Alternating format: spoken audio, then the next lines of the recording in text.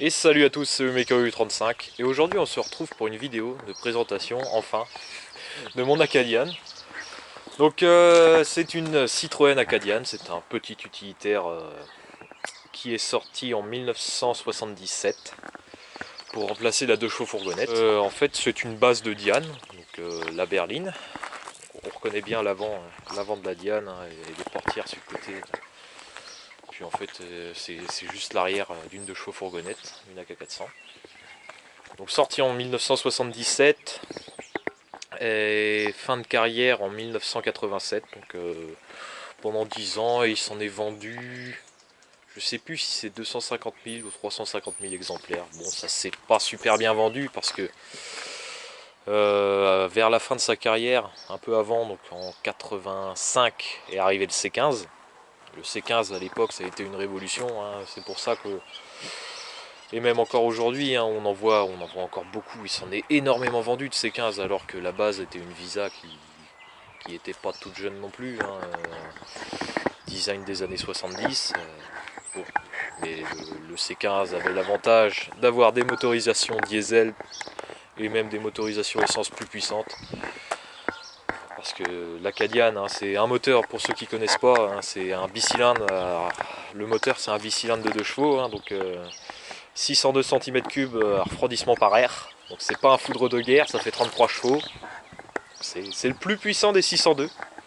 Il y a eu le 652 monté sur les LNA et les Visa, qui fait 35 chevaux. Mais je trouve qu'il est moins bien que les 602 cm3 des 2 chevaux 6 et puis des Diane, de Diane 6, des Acadian et des Ami 8. Donc celle-là elle est de 1984. Elle a 93 000 km au compteur. Bon, elle roule bien. Ce que j'ai fait dessus, j'ai changé 2 pneus. Donc les 2 pneus arrière, j'ai mis comme à l'origine des Michelin ZX en 135 SR15 qui coûte une blinde. Hein. Faut savoir que les 2 pneus là c'est 180 €. C'est le moins cher que j'ai trouvé en Michelin, hein, parce qu'on trouve comme les avant là par exemple des météores. Encore les météores, ça va, je m'en plains pas. Les arrières étaient vraiment morts, c'est pour ça que je les ai changés. Il y avait la roue de secours dessus en 125 d'à côté et puis un vieux Michelin ZX tout pourri d'époque. Mais sinon ouais, on trouve du Nankang, du Météor et je sais plus quoi là, mais ça vaut clairement pas un Michelin en tenue de route, que ce soit sur le sec et encore pire sous la pluie. Parce qu'un Michelin sous la pluie ça accroche, hein. Ça aboite des vraies galettes comme roue. Je vous montre la largeur, hein. C'est vraiment pas large. Vous voyez vraiment les dessins à l'ancienne, ça accroche, hein. Donc pourquoi j'ai acheté ça? Bah parce que j'en avais un peu ras le cul de prendre la petite remorque pour foutre mes mobylettes dedans. Et puis là j'ai fait une grosse récupération à mon boulot de documentation d'atelier qui bénait. Donc ça m'a bien servi hein, à remplir tout l'arrière, même chargé à bloc. On voyait même plus la partie haute du flanc du pneu quand elle était chargée. Ça avançait encore très bien. Donc voilà, c'est surtout en fait pour transporter des mobylettes et puis du bordel comme ça, des pièces et tout. Et puis j'avais essayé quelques bicylindres avant, une Ami 6 et puis une Elena. Ouais, une Elena, mais du coup avec le 652, mais j'avais essayé la Mi 6 en 602 et j'avais vraiment bien aimé. Du coup je me suis mis à la recherche d'une Acadian. Donc je préfère, ça c'est les goûts et les couleurs, la plupart du temps les gens vous diront qu'ils préfèrent la 2 chevaux à la Diane. Moi c'est le contraire, je préfère la Diane à la 2 chevaux. C'est la calandre plus fine, c'est un peu plus profilé qu'une 2 chevaux, je préfère. Et puis en plus de ça, ça coûte moins cher à l'achat qu'une 2 chevaux fourgonnette. Mais sinon c'est la même chose. Je vais vous montrer l'intérieur. Bon, je l'ai un peu customisé hein, parce que d'origine il n'y a pas de rétrochromé. Et ça c'est moi qui les ai rajoutés parce que ceux d'origine étaient morts. J'ai mis des balais d'essuie-glace plus grands aussi. Ceux qui étaient dessus, c'était peut-être pas ceux d'origine, mais ils avaient bien 25 ans, morts aussi. il partait en lambeaux. Et surtout, vous voyez que la calandre, d'origine, c'est une calandre en gros plastique là, qui est pas si belle que ça. Bon, ça lui va bien, hein. Les Diane 6 l'avaient cette calandre, ça lui va bien. Mais bon, je voulais mettre une calandre avec les chevrons dorés comme ça de Diane 4, hein, la calandre grillage à poule. Et j'ai eu l'occasion d'en trouver une à la bourse au salon Rétro Passion de Rennes, comme les rétros. Les rétros sont neufs, mais la calandre est d'occasion. Donc j'ai modifié et puis voilà, je la fais à mon goût parce que je suis pas pour les remettre comme neuves. Je suis vraiment pour les laisser dans leur jus, surtout que celle-là, oui, elle a de la rouille, mais franchement, c'est pas méchant. Le plancher arrière est comme neuf, le plancher avant, il y a quelques trous, ouais, mais c'est pas méchant. Pas du tout de rouille autour du pare-brise, c'est hyper rare. Il y en a très très peu comme ça. Un tout petit peu de rouille autour des custodes là, hein, et puis des vitres arrière aussi, mais que j'ai traité. J'ai fait ça hier soir d'ailleurs.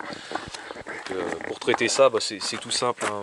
Il suffit d'enlever la sorte de joint là au milieu. En fait, ça s'enlève avec un tournevis. Normalement, il y a un outil spécial, peut-être pas pour l'enlever, mais pour le remettre. Pour le remettre, c'est chiant, hein.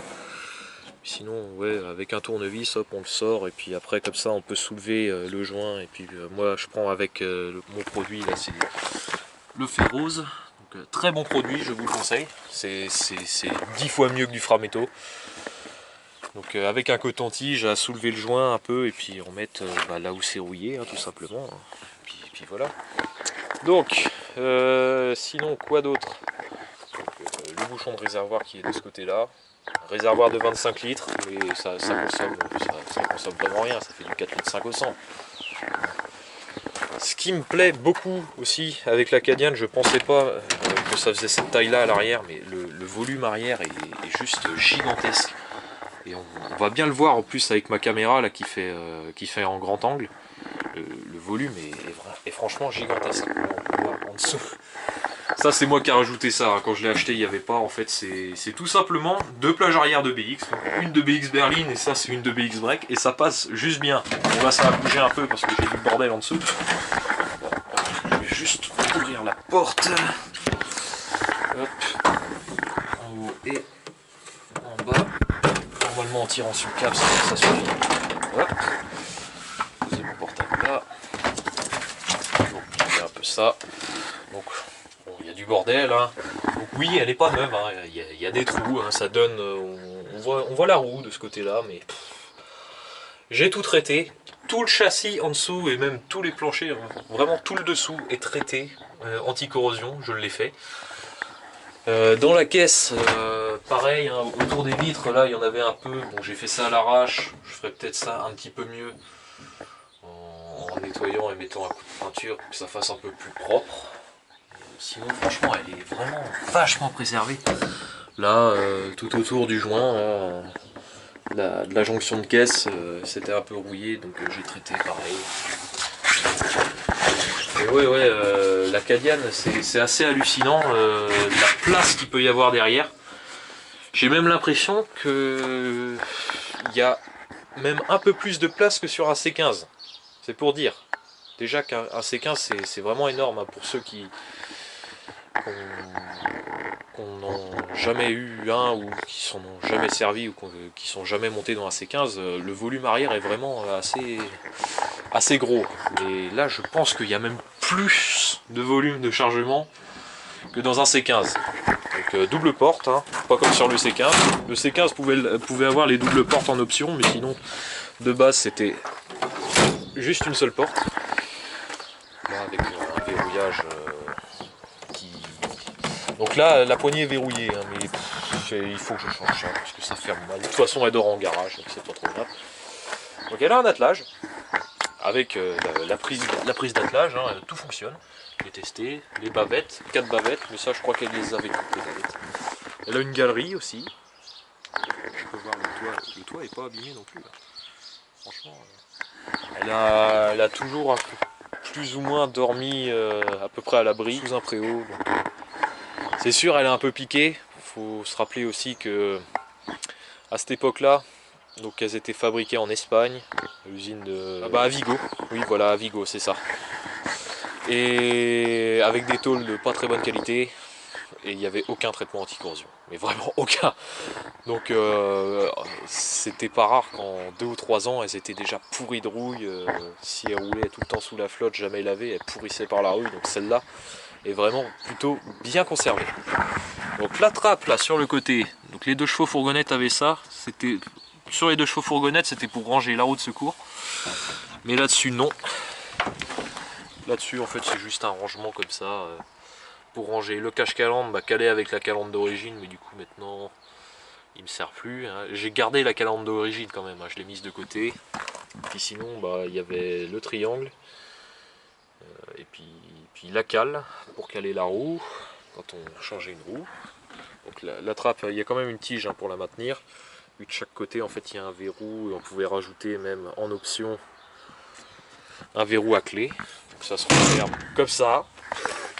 Et du coup de ce côté là, il y avait en fait quand je l'ai acheté, hein, ça tenait, hein, mais c'est juste que c'était tellement pourri par la roue et l'ancien proprio en 10 ans ne l'avait jamais ouvert. Donc moi quand je l'ai ouvert, je l'ai ouvert 3 fois. Et puis après le morceau qui tient le loquet s'est barré. Donc, après c'est pas grand chose à refaire, hein. Franchement il y a un bout de tôle à remettre et puis ça retient. Vu que maintenant je sais souder, c'est une formalité. Donc oui, hein, les bas de portière sont pourris, mais ça comme toutes. L'échappement est récent. Bon, il a été pas très bien monté, hein, mais l'échappement est récent. Ça c'est cool. Sinon je vais vous montrer l'intérieur. Donc il y a des housses de siège parce que les sièges sont défoncés en dessous. Il n'y a que le siège passager l'assise est vraiment pas trop mal, c'est parce qu'il n'a pas trop servi. Mais le dossier est un peu bouffé aussi en dessous. J'avais regardé en dessous, c'est troué. Donc ceinture en rouleur quand même, hein. Bah oui, c'était obligatoire, hein. Déjà à cette époque-là, à l'avant, les ceintures en rouleur de chaque côté, hein. Et puis après c'est vraiment minimaliste à l'intérieur, hein. On a un volant, les clignotants qui reviennent pas tout seuls, hein, spécificité Citroën ça. Citroën trouvait ça dangereux, le rappel automatique des clignotants. Un autoradio, d'origine il n'y en a pas, donc ça a été rajouté. Ça c'est un autoradio à moi, il y en avait un autre que ça dessus, vous voyez tout le bordel de câbles. Mais il marchait plus, donc j'ai mis celui-là qui marche pas. Donc il faut que je vois pourquoi il marche pas, bizarrement, parce qu'il me semblait qu'il marchait quand je l'avais pris sur je sais plus quelle voiture. Le levier de frein à main, oui comme sur une 2 chevaux, hein, vous voyez. On le tire comme ça, hop, et puis après pour le faire revenir, on appuie au milieu. Un starter avec ampoule intégrée. Le Neyman à gauche, très Citroën ça. La CX avait pareil, d'ailleurs c'est les mêmes Neyman. Vous voyez, on tire le starter, ça l'allume. Puis on le repousse, ça l'éteint. Le fameux levier de vitesse comme sur la 2 chevaux. Hein, donc, avec sa fameuse grille là, que certains ont du mal à comprendre, mais en fait on prend le coup de main très très vite. Donc pour passer la première, hein, je vous explique vite fait. Donc première pas synchronisée. Donc on ne peut pas passer la première en roulant. Toujours à l'arrêt. Même si c'est chiant dans la circulation, même si vous faites klaxonner au cul, vous n'en avez rien à foutre. Faut mieux se faire klaxonner et que ça énerve les gens derrière que de péter une boîte. C'est comme ça que je vois ça. Pour passer la première, donc, moi je mets un coup de troisième, donc la troisième est en bas comme ça. Et la première, hop, c'est juste à gauche, à droite plutôt, comme ça. Non, à gauche, c'est juste que je fais ça de la mauvaise main. À gauche et puis en bas. La marche arrière est juste en face. Et puis après, une fois que la première est passée, ça fait première, deuxième en haut, troisième en bas. Et la quatrième, on tire bien à droite. On pivote à droite et puis après on passe la vitesse. Donc voilà, en bouton là-haut, bon, on a un petit cendrier quand même, les aérations de chaque côté, hein. C'est vraiment un intérieur de Diane, hein. C'est exactement la même chose, qui donne directement sur l'extérieur, hein. Il y a du chauffage quand même, mais le chauffage ne sort pas de ces grilles-là. Sur les 4L, ça doit être foutu à peu près pareil, ça sort vraiment de la grille extérieure, ça sort que de l'air extérieur, pas à réchauffer. Donc en bouton, on a les essuie-glaces. Au milieu, je ne sais pas à quoi il sert, ça fait rien et des fois il se bloque. Mais il y a le logo du bocal de LHM. Oui, je me trompe pas. J'ai bien dit bocal de LHM, je vais vous montrer pourquoi après. Et puis à côté, le bouton des warnings. En voyant le voyant des warnings, le voyant de niveau de LHM et le témoin de pression d'huile, tout simplement. Et là, on a le chauffage. Donc ça marche par câble. Et je vais vous montrer comment fonctionne le système de chauffage sous le capot. Et juste, il y a quand même le lave-glace qui est en bas. Hop. Donc c'est la poire là, et on peut pour avoir du lave-glace. Mais bref, puis va falloir que je la change parce que sinon ça va me pourrir mon plancher à chaque fois que je m'en sers. Ainsi, il reste la manette, la petite manette blanche là qui commande soit le chauffage vers le pare-brise en haut, soit quand on la pousse en bas, en dessous là. Et le chauffage donc sort au-dessus, juste là, et puis en dessous, je sais plus trop, par là. Donc voilà. Écoutez, je vais la démarrer, donc la tournée de tout à l'heure, hein, j'ai roulé avec. Ah si, il y a quand même un voltmètre. Hein, le cadran là, c'est avec l'aiguille orange, c'est le voltmètre, et là, c'est la jauge d'essence. Donc pour la démarrer, celle-là, c'est starter à fond. On pompe 3 coups. Et là, quand elle part, on repousse le starter un petit peu. Et voilà. Donc elle a quelques fuites d'échappement, hein, donc certains les habitués vont entendre que dès que j'accélère, vous voyez, on entend quelques fuites d'échappement, c'est parce qu'il a été mal monté. Mais sinon elle tourne franchement bien, j'arrive à prendre plus de 120 avec, elle a vraiment la santé. Donc je vais vous ouvrir le capot, la manette juste là, hop. Juste prendre le portable avec moi, là. L'ouverture du capot, là vous soulevez un peu, puis après c'est à gauche et vous poussez, hop. Après on va mettre la tige du capot, juste là-haut, voilà. Et voilà le moteur, on va enlever un peu le starter.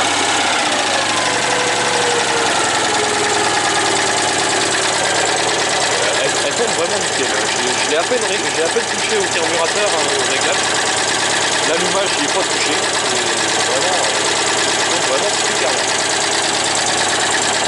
Donc pour ceux qui n'ont jamais vu, ça ressemble à ça, moteur de 2 chevaux, un cylindre là, juste un moteur à plat. Et puis le gros ventilateur de refroidissement qui est juste derrière la grille. Pour approcher ma caméra de ce côté, elle est pas trop. Et voilà. Je dirais tout pour le moteur. Le démarreur qui est là. Le démarreur est basé sur rapport à la taille du moteur. Et derrière, tout ce qu'on voit, on voit des disques de frein. De chaque côté, les disques de frein. Parce que c'est comme sur la DS. Les freins sont directement en sortie de boîte. Sur la DS, sur la SM et sur les GS. Il n'y a que à partir de la CX en fait que les freins ont été reportés du coup sur les roues, comme toutes les voitures. Donc elle a un alternateur quand même, hein. C'est le moteur AM2, 602 cm3, 33 chevaux. 33 chevaux au lieu de 29 parce que en fait elle a l'air forcé. C'est ce manchon là qui vient prendre tout le carénage de ventilation. Et en fait ça souffle dans le filtre à air et puis ça souffle dans le carburateur. Et on m'a dit que ça pouvait souffler jusqu'à 0,3 bar. Donc c'est ça qui fait gagner 4 chevaux au moteur. Et 0,3 bar, c'est pas rien. C'est pas rien. Donc sur ces moteurs là, il y a quand même un radiateur qui fait une d'huile. Heureusement, parce que sinon ça se surchaufferait vraiment. Et le radiateur d'huile là-dessus, je ne sais plus exactement. Il me semble qu'il est dans le carénage de ventilation, au-dessus ou en dessous. Comme l'huile, ça prend de la 20-50, donc il faut mettre de l'huile épaisse sur les moteurs à air, ça a toujours été. En vrai, ça chauffe très peu, hein. On est constamment refroidi et plus le moteur tourne vite et mieux il est refroidi. Et plus on roule vite et mieux il est refroidi. Donc ça chauffe vraiment pas beaucoup.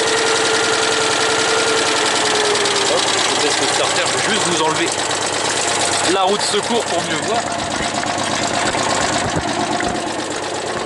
Voilà. Roue de secours d'origine, hein. 125-15. Là on peut voir, elle achète, vous n'avez pas mon guide. En fait c'est parce qu'elle a les freins à vis. Ça utilise du LHM au lieu du liquide de frein, mais sinon c'est exactement le même système que sur une voiture normale. Il n'y a pas de pompe HP comme sur une hydraulique, comme sur une Trantia ou une TX, CX. C'est vraiment un système normal. Et là en fait ce qu'on voit, donc on voit les boîtes de chaque côté qui passent en fait, les tubes d'échappement passent de chaque côté dans la boîte là. Et c'est ce qui sert à avoir du chauffage dans la voiture. Et donc la commande à l'intérieur commande en fait ces câbles là. Voilà. Et dedans en fait il y a un clapet de chaque côté qui fait que quand on met sur le chaud en fait ça ferme le clapet de chaque côté là. Là. Là. Et ça envoie le chauffage en fait à l'intérieur. Tout simplement. Sauf que du coup j'ai des fuites d'échappement, du coup ça sent les gaz d'échappement à l'intérieur, donc c'est pas très plaisant. Il va falloir que je règle ça. Du coup quand on met sur 3, l'air ressort à l'intérieur des ailes, juste ici, de chaque côté. Voilà. Alors, je vais vous faire une petite démo quand même, parce que la fameuse tenue de route légendaire de la 2 chevaux s'applique aussi à la Cadiane. Donc c'est-à-dire qu'on peut la secouer. Vous voyez le débattement qu'il y a. C'est comme une 2 chevaux, c'est retournable. C'est ça qui est assez génial. Donc c'est vraiment très mou comme suspension et c'est super confortable. On est bien assis dedans. On sent pas les bosses. C'est quasiment aussi confortable qu'une hydraulique, hein, bizarrement. C'est beaucoup plus bruyant, c'est beaucoup moins puissant, mais c'est pratiquement aussi confortable, hein. C'est assez hallucinant. J'aurais pas pensé avant d'en essayer. Voilà, qu'est-ce que je peux vous dire de plus? Là, ce qu'on voit au milieu, c'est le trick. Il y a très long trick, en fait, on a molette là-haut avec la manivelle. Ah oui, la manivelle, vous voyez qu'il y a un trou, donc ce moteur peut se démarrer à la manivelle. Oui, oui, comme sur une 2 chevaux. Jusqu'en 1987, chez Citroën, on pouvait acheter une voiture qui démarrait à la manivelle. Et ça, c'est bon. Le dernier modèle qui a proposé le démarrage à la manivelle chez Citroën, de toute façon, c'est la GS1. Et d'ailleurs, j'ai une vidéo de moi où je démarre la GS1 d'un pote à la manivelle que je vais mettre sur la chaîne. J'ai juste à l'uploader, en plus elle n'est pas très longue, donc ça va être rapide. J'ai juste à l'uploader sur la chaîne et vous allez voir que c'est dur à démarrer à la manivelle, mais ça démarre très bien. Bien réglé, franchement ça démarre bien. Et un moteur de Dodge, c'est pareil. Donc voilà. Ouais, le fait comme ça en fait c'est à cause du débattement de suspension. Il faut lever vachement haut en fait pour pouvoir que les roues ne bougent plus au sol. Et sinon en PTC, enfin en PTAC maintenant, on est pas mal du tout, hein. 1 tonne 16, poids vide ça fait 680 kg, on est franchement pas mal. On peut en charger du bordel. Et ça roule, comme je vous l'ai dit tout à l'heure, je la monte à 120, 130 hein, même. Chargé 115. J'ai chargé à bloc, je l'ai monté à 115. C'est ça qui est assez formidable avec ce moteur là, c'est que ça a un couple, c'est incroyable. Pour 602 cm3, ça fait 33 chevaux, c'est un couple pas déconnant du tout. Juste pour rappel comme ça, la 4L fourgonnette, la 4L F4 avait un moteur de 1 litre, un Cléon. Je parle bien pour les dernières, hein, qui faisait 35 chevaux. 1 litre 35 chevaux, 602 cm3, 33 chevaux. Ça marche mieux qu'une 4L. C'est ça qui est énorme. C'est beaucoup plus marrant à conduire. Le bruit est plus sympathique. Et puis voilà. Bon on va se laisser là pour la vidéo. Je vais en ressortir dans pas longtemps. Je vais vous présenter la Xantia. La prochaine vidéo que je fais, je vous promets, je présente la fameuse Xantia que j'ai déjà depuis début décembre 2018. Voilà, je ferai des vidéos en roulant de la Cadiane. Je poserai la caméra sur le pare-brise et je ferai quelques vidéos en roulant parce que c'est tellement marrant. Ça penche dans les virages et tout, c'est génial. Et puis, bon, c'était pas prévu. Alors, ma 106 est partie, ça y est. Du coup, bah, j'ai plus de CX non plus. C'était pas vraiment prévu, mais j'ai racheté une autre voiture parce que j'en ai jamais assez. Mais bon, c'est pas n'importe quoi. Je peux juste vous dire que dans ma collection, j'ai un bicylindre, j'ai deux 4 cylindres, il me manquait un 6 cylindres. Ma CX, donc ma grosse berline routière, me manquait. Donc je m'en suis retrouvé une de chez Citroën forcément, avec un V6. Je pense que vous avez deviné ce que c'est. Hein. Non, c'est pas la SM, hein, faut pas déconner. C'était une voiture qui, quand elle est sortie en 1989, c'est-à-dire qu'elle a 30 ans cette année, c'était une voiture révolutionnaire qui malheureusement, je vais juste baisser le starter,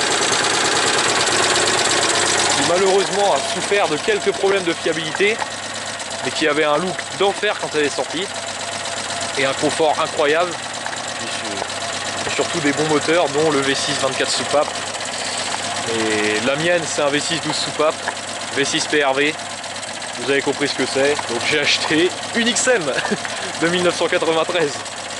Et donc elle est à Toulouse, donc je pense que je vais filmer le périple du retour parce que ça promet d'être quelque chose. Hein, c'est une voiture juste géniale, XM. Je sais qu'il y en a beaucoup qui n'aiment pas parce que ces problèmes en sortie d'usine, ils collent à la peau alors que ça a été résolu en 1980. Pour l'année modèle 93, la plupart ont été résolus. Et après, c'est une voiture aussi fiable qu'une Xantia. Plus confortable, peut-être un peu plus chiante et chère en entretien, oui.